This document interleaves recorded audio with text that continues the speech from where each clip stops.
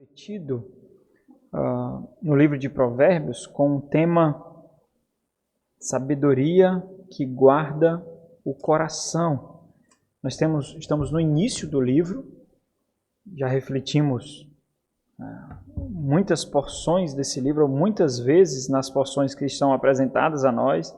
Nós estamos na reflexão de número 32, esse é o nosso 32º devocional, já refletimos sobre vários temas, vários aspectos daquilo que o Pai busca conduzir o Filho.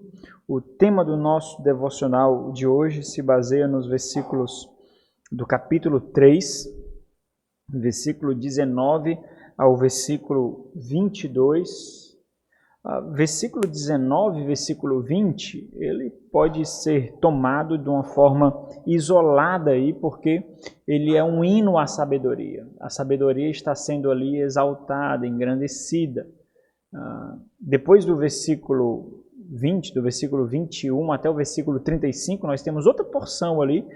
Todas essas porções do versículo 19, na verdade, do versículo 13 até o versículo 35, essas porções elas fazem parte do quarto sermão proferido aqui pela sabedoria, ou pelo Pai, ou pelo Senhor aqui, que é essa personificação de Deus, né?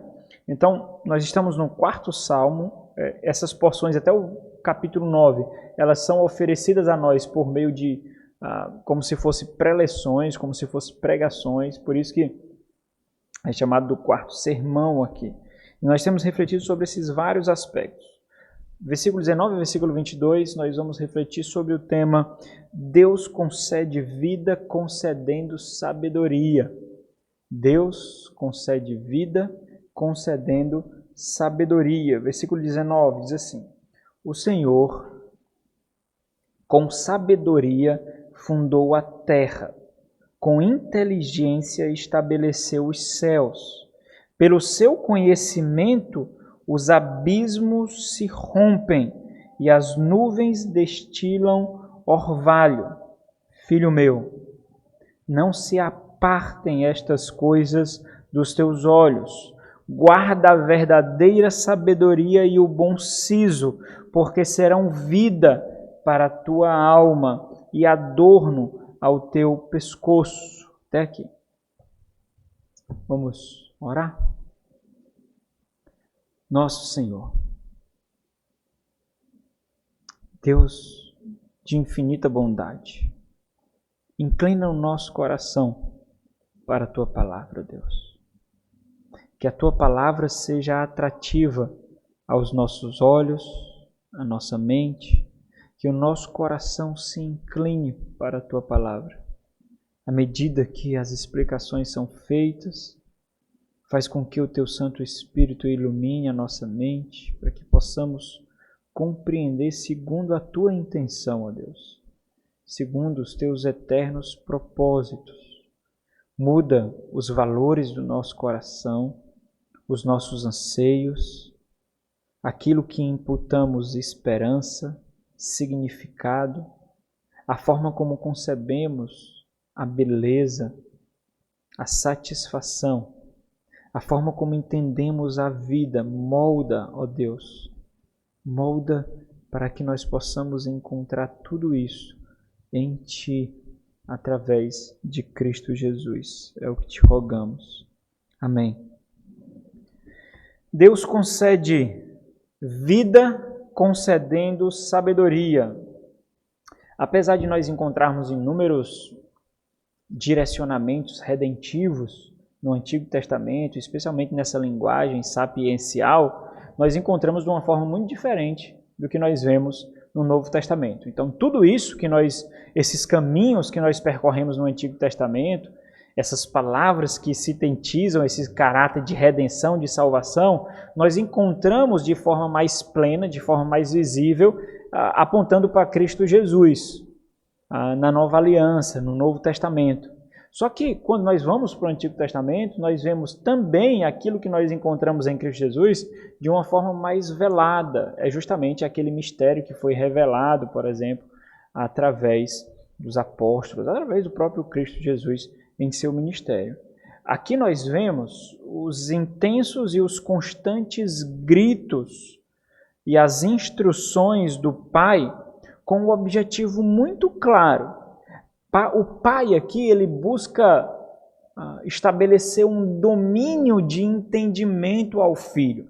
Ele cria estruturas, ele cria cercas, ele cria barreiras para que o filho possa, através de todos os lados, de todas as formas, ficar encurralado com aquilo que lhe dá vida, de tal forma que, mesmo que ele escolha o caminho errado, mesmo que ele escolha a forma correta, ele vai ter o pleno entendimento daquilo que ele está fazendo. Ele escolheu o mal. Ele escolheu se desviar do que é bom. Ele escolheu rejeitar a sabedoria. Ele escolheu rejeitar a instrução. Então, quando um pai ensina ao filho, o pai ele assume essa tipologia, esse tipo de Deus para com o filho. Porque o pai ele quer o bem-estar do filho. O pai ele quer a libertação do filho. O pai ele quer a preservação do filho. O pai quer a salvação do filho. É esse relacionamento também que Deus exerce conosco. Os apelos de Deus para com o povo é para que o povo fosse livrado das suas próprias maldades, para que o povo percebesse as armadilhas, para que o povo não caísse em desgraça e para que o povo se voltasse para ele. É por isso que a desobediência é uma característica de um coração não regenerado. A desobediência, a obstinação é uma evidência muito gritante de um coração que não nasceu de novo, de um coração que não está em arrependimento, de um coração que não ama a Deus. Porque é essa negridão do coração que faz com que não seja percebido o brilho, a luz da salvação nas palavras do Pai. Então, o Pai ele tem esse objetivo muito claro de levar ao Filho a salvação. E esse é o objetivo aqui do Pai. Através de todas as formas, ele tenta inclinar o coração do Filho para a sabedoria, justamente por causa disso. Aqui a sabedoria, ela assume esse caráter redentivo. Essa é a característica da sabedoria aqui. Por quê? O que é sabedoria? Sabedoria consiste em se desviar do mal. É imbuído dessa sabedoria que nós buscamos ao Senhor para trafegar pelo vale da sombra da morte. É ali, através dessa sabedoria, que nós enxergaremos os perigos, os inimigos, os obstáculos. Então, se desviar do mal significa, ao mesmo tempo, manter, guardar, viver segundo a lei de Deus. A lei de Deus é a grande estrada de segurança nesse mundo mau e perverso. É andando essa estrada, então é como se, nós vimos isso na exposição do Salmo 119, é como se as leis de Deus fossem os blocos com os quais a estrada de segurança fosse construída para que nós pudéssemos trafegar nela, nesse grande vale da sombra da morte. Então a sabedoria aqui assume esse caráter de redenção, justamente porque a sabedoria nos conduz a nos desviar do mal. O versículo 19 e o versículo 20, eles destacam o poder da sabedoria. Olha, vamos olhar novamente. O Senhor, com a sabedoria, fundou a terra, com a inteligência estabeleceu os céus. Pelo seu conhecimento, os abismos se rompem e as nuvens destilam orvalho. Então, esse é um hino de exaltação à sabedoria.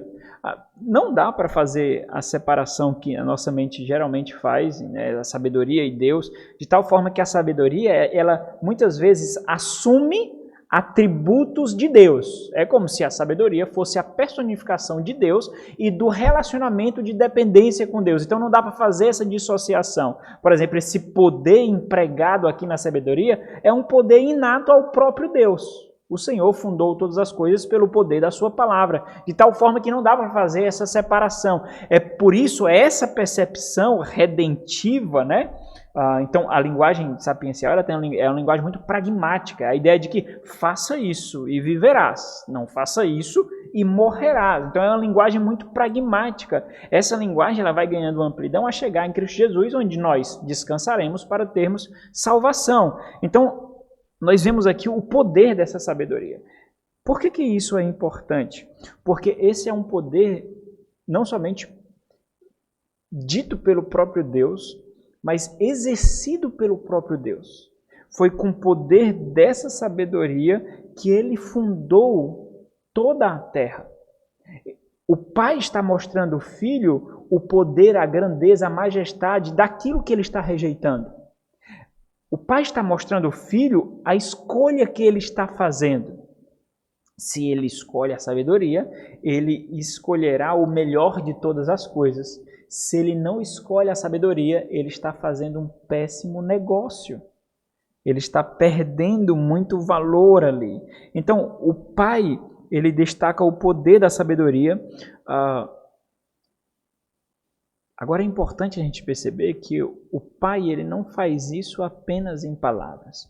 Se as palavras do Pai aqui fossem apenas vento que sai da boca, o filho com muita facilidade poderia retornar ao pai acusando de hipocrisia, de falsidade, mostrando que o pai não é um exemplo daquilo que ele mesmo prega, mostrando que o pai não é um exemplo daquilo que ele mesmo diz. Seria como se o filho retornasse assim: pai, se é tão bom, por que tu não segues? Pai, se é tão poderoso, tão valioso, por que não fazes? Por que eu tenho que fazer se eu não tenho um entendimento do que o Senhor tem, do que a sabedoria é? E o Senhor que tem tanto esse entendimento não exerce aquilo que o Senhor mesmo prega. Então, isso é importante porque os pais eles devem ser exemplos da eficácia e do poder da sabedoria. E os pais têm que usar todos os recursos para isso. Instruindo o filho em conversas, exemplificando com histórias da vida, com exemplos da vida, com ilustrações da vida. Olha, um dia eu fiz isso. Sabe por que eu não me dei mal? Por causa disso, disso e disso. Olha, um dia eu me encontrei numa situação parecida com essa que você está. Parecida. Agora, olha o que foi que veio à minha mente. Você exibe sabedoria. Você mostra como a sabedoria de Deus lhe guardou. Você mostra como a sabedoria de Deus foi poder para você, para lhe solidificar no dia mau, nas provações, para que você não se perdesse. Então, os pais têm essa obrigatoriedade, eles são obrigados a ser exemplos e ilustração dessa eficácia, desse poder. Quando eu estava estudando na área de administração, na área de teologia, eu lembrei a diferença, eu aprendi a diferença de eficiência e eficácia. E aquilo sempre ficou muito gritante para mim, né? E a forma que eu aprendi foi muito aplicável para mim, de tal forma que eu não esqueci até hoje, né? Então, eficiência é como nós fazemos a coisa. Eficácia é o resultado daquilo que fazemos. Porque, às vezes, nós podemos não fazer com tanta eficiência, mas nós podemos chegar a um resultado desejado. Por que eu digo isso? Porque as circunstâncias muitas vezes atestam que nós estamos perdendo. Elas exibem um tipo de derrota, segundo esse mundo oferece. Mas é experimentando a solidez da graça de Deus, da esperança de Deus, da confiança de Deus, que nós teremos o fim esperado, o resultado esperado. É isso que nós vemos em todos os salmos, por exemplo, de lamento. É isso que nós vemos nos salmos de confiança. É isso que nós vemos nos salmos de louvor, nos salmos de ação de graça. É isso que nós vemos em todo o saltério. Quando o mundo todo atestava a derrota, eu esperei confiantemente no Senhor. E aquilo que a tua palavra dizia que iria acontecer, aconteceu.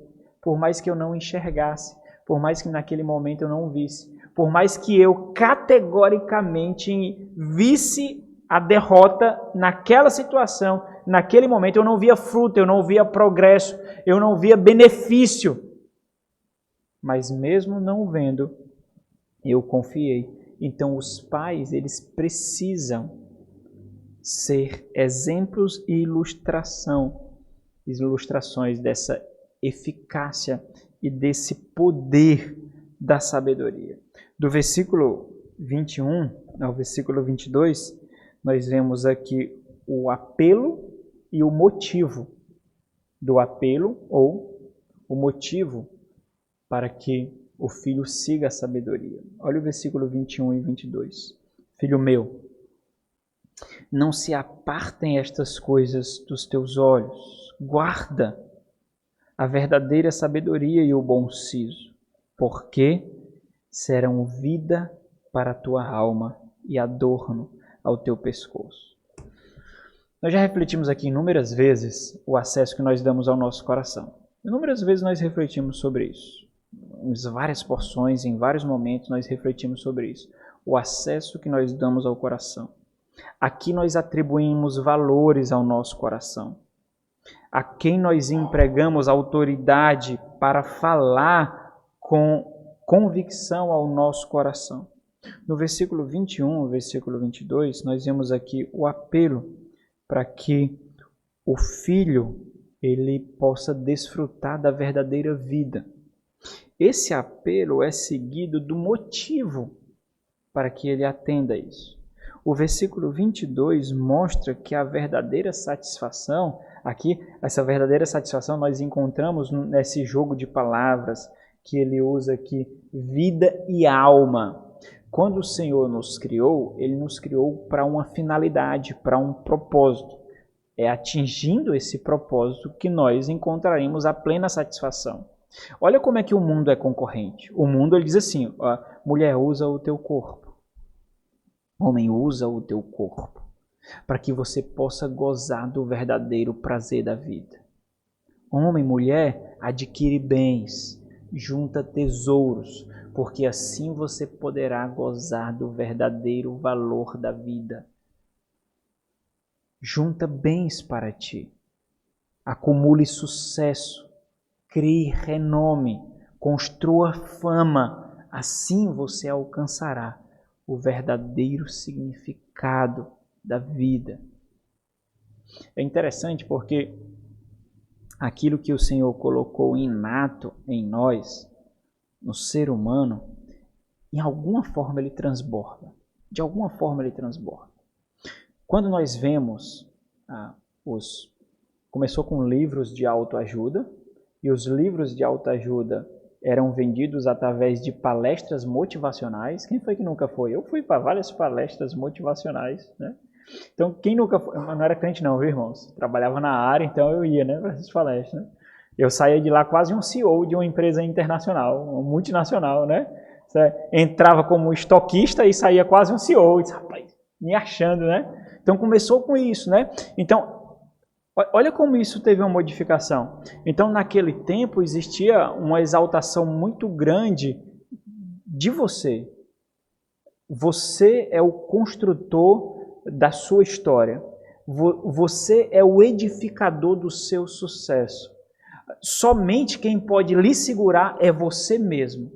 São as suas fragilidades interiores, a percepção que você tem de você mesmo, que colocará limites ao seu sucesso, ao seu crescimento. Eu ouvi um amém?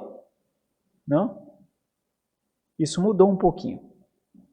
Os coaches vieram com essa mesma pegada, uma eloquência ainda mais carismática, extremamente influente, mas eles deram um estalo. Eles perceberam, alguns perceberam, que o propósito da sua vida e o verdadeiro significado de sucesso não pode residir em você. Ultimamente eu tenho ouvido isso em vários coaches na internet. Eu tenho que investigar, né, irmãos? Eu tenho que investigar para saber como é que estão aí a formação de mentalidade do nosso tempo. E como eles definem significado agora? Como eles definem satisfação agora? Olha aqui, não estou falando de crentes, não. Estou falando de coaches.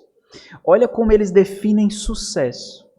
É quando a aquilo que você faz e aquilo que você é respinga em outras pessoas para que eles possam ser felizes. Nós precisamos de coach para isso, irmãos? Nós não precisamos. E os caras, vai para o congresso do Paulo Vieira. O final de semana é R$6.000. Vai! R$6.000. Coloca uma oferta só de 500 aqui que tá bom. Vocês estão entendendo? O final de semana todo para ouvir aquilo que faz parte da lei natural que Deus colocou no homem. Porque existe uma percepção de que realização, sucesso, significado não pode residir somente em nós mesmos, tem que transbordar para outras pessoas. É isso que os pais têm que fazer com os filhos, e está aqui. Os pais têm que fazer isso com os filhos. Não depende de nós, não está em nós. Então, o que é a verdadeira vida? É o que ele diz aqui. Ele diz para que, olhando para o sucesso, a tua vida tenha plena satisfação. Porque serão vida, sabedoria, para a tua alma. Ele está falando da plena satisfação do anseio interior que existe em nós. Nós podemos buscar em comida, nós podemos buscar na formação do nosso corpo, nós podemos buscar em prazeres sexuais, nós podemos buscar em trabalho, nós podemos buscar na realização acadêmica, profissional, buscar na criação de notoriedade na sociedade, no meio profissional, nós podemos buscar, mas no final das contas nós vamos entender que nós não encontramos. O grande problema é que nós não podemos retornar para iniciar novamente. Então, o que o sábio está dizendo aqui é que, olhando para a sabedoria, que significa se juntar a Deus através da sua lei para se desviar do mal e glorificar a Ele, nós encontraremos a plena satisfação, que é a vida da alma. O que é a alma? É um anseio que Deus colocou em nós para que nós tivéssemos satisfação. A alma, quando Deus soprou em nós, é o mesmo termo, nefesh, é o mesmo termo, alma. Quando Deus soprou em nós o fôlego de vida, Ele nos fez almas viventes. Ele nos fez anseios vivos para Ele. Alma significa anseio profundo, fome profunda. Quando Ele nos criou, Ele colocou em nós um significado que pudesse ser encontrado apenas nele. Por que Ele fez isso? Para que nós não buscássemos nenhum outro significado e satisfação e buscássemos nele. Ele colocou em nós isso para que esse relacionamento de dependência e exaltação pudesse acontecer. A queda corrompeu esse alvo. Nós tentamos buscar em vários outros locais, mas não em Deus. Como nós reconstruímos esse caminho de acesso? É isso que ele está dizendo aqui. Não pelas circunstâncias. Porque esse mundo colocará na sua vida circunstâncias que destruirão todos os caminhos que você edificou. Patrimônios podem ser roubados, nomes podem ser destruídos, sucesso pode desmoronar, o seu corpo vai cair. Quando nós encontramos satisfação naquilo que não reside em nós, naquilo que não reside nesse mundo, nós temos segurança, onde a nossa alma está fincada. É isso que o Pai está dizendo. Agora, volto ao ponto importante. Você tem que ser um exemplo disso. Se você não foi um exemplo disso, você vai pregar contra a sua própria pregação. Você vai tornar falha as suas próprias palavras. Vocês que são jovens, vocês que não são casados, vocês precisam ser um exemplo disso. Vocês precisam buscar, se não tem, exemplos disso. E na igreja, a igreja fornece isso para vocês. A igreja fornece homens e mulheres que são exemplos disso. Santos que são exemplos disso. Mas não somente isso. Ele diz mais. Queres a verdadeira beleza? Procuras o verdadeiro adorno? Queres encontrar a verdadeira joia, o verdadeiro colar, a verdadeira pedra preciosa? Quer adornar a sua vida? Não precisa trabalhar o seu corpo. Não precisa mostrar as suas curvas. Não precisa mostrar os seus atributos físicos. Sabe por quê? Porque não pode ser o verdadeiro. Porque vai cair. Se corrompe. Nós podemos ter todos os recursos financeiros do mundo. Não existe cirurgia plástica que resista ao tempo.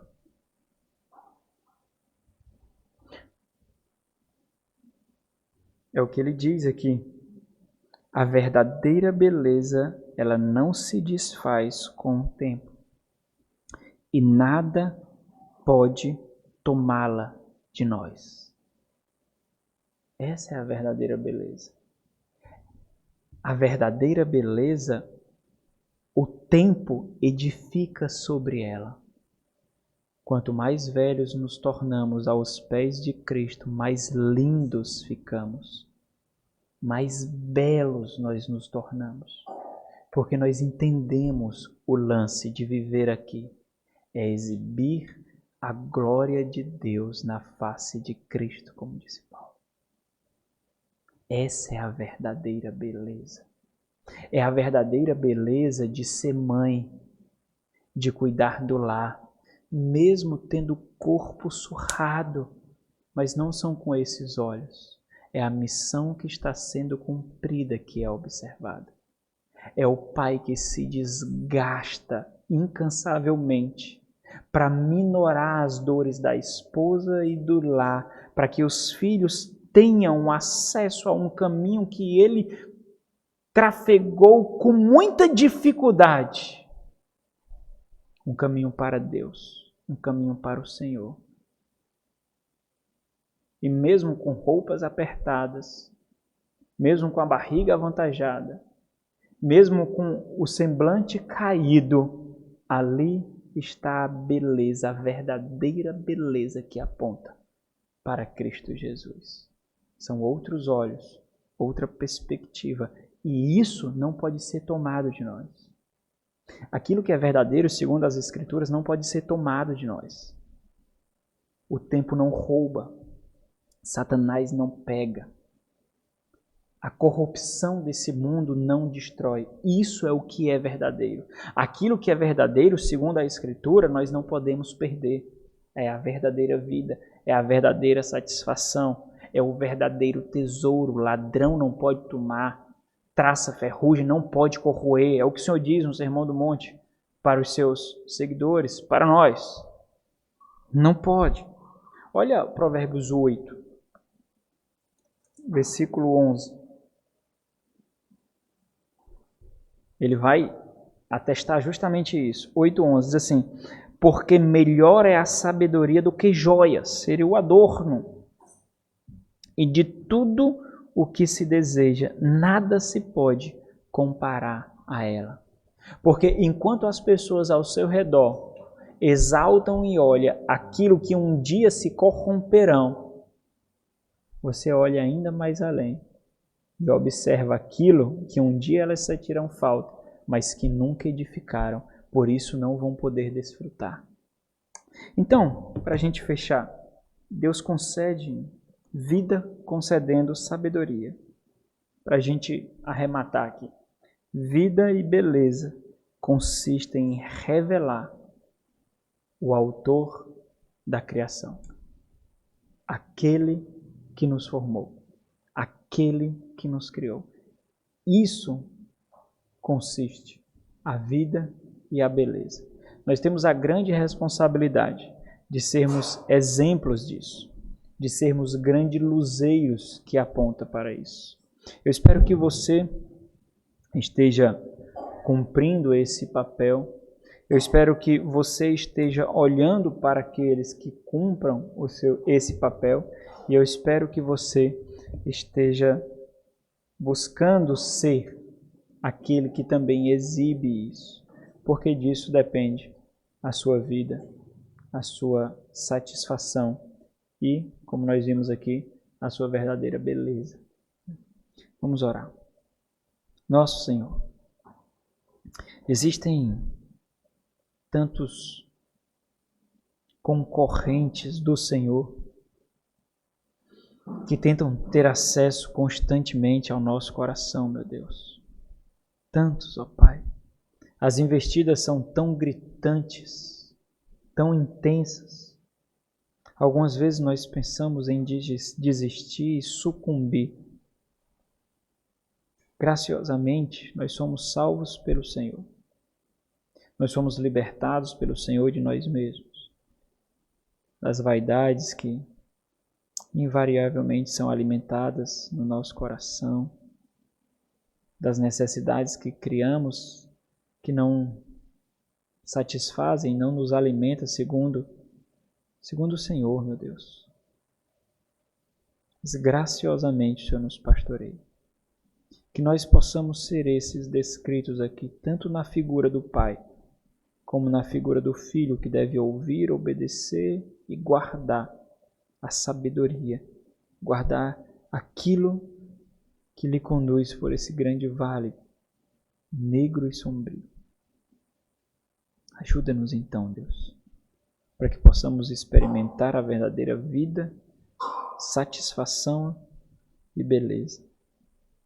Em nome de Jesus. Amém.